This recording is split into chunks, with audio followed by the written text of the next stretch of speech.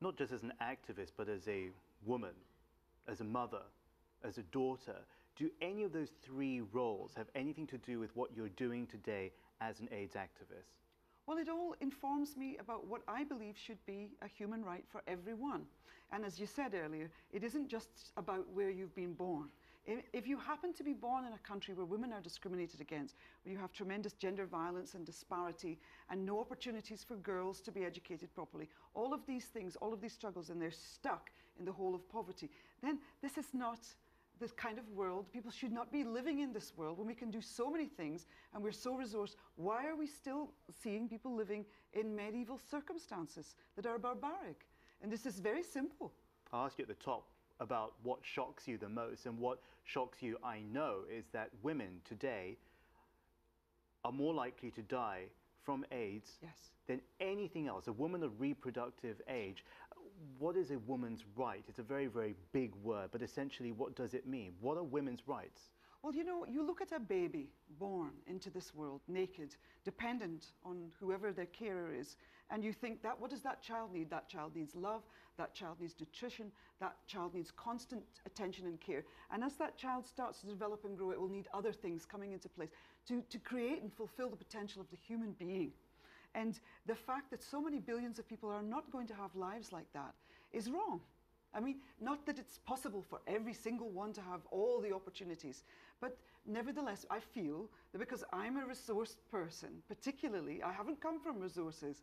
I came from a very simple upbringing and we had very little money and those things.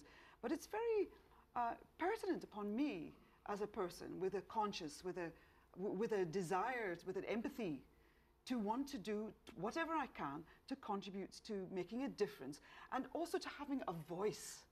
Just having a voice is so important. When you meet people who are disenfranchised and they don't have a voice, then you want to say, this needs to be messaged out. What happens when they do have a voice and no one's listening? It's hard. Yeah. People don't have a voice and when no one's listening. You have to be creative, you have to be visionary, and you have to find a way. And if you just give up and you despair, I mean, what we're talking about is the difference between engagement and becoming apathetic and not really interested. People say to me, what can I do? I've heard about HIV and AIDS, what can I do? And I say to them, I can't be prescriptive with you. For me, it is something that it kind of found me, you know, this specific issue of HIV and AIDS, women and children. I felt so passionately about it, and I thought, I can help, I can contribute to this issue. I can't do everything. In fact, if I did, the whole thing would become very diluted. The message would be confused.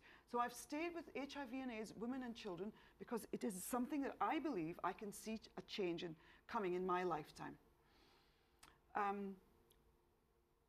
I tell people, when you feel interested in some of these issues, then follow them through.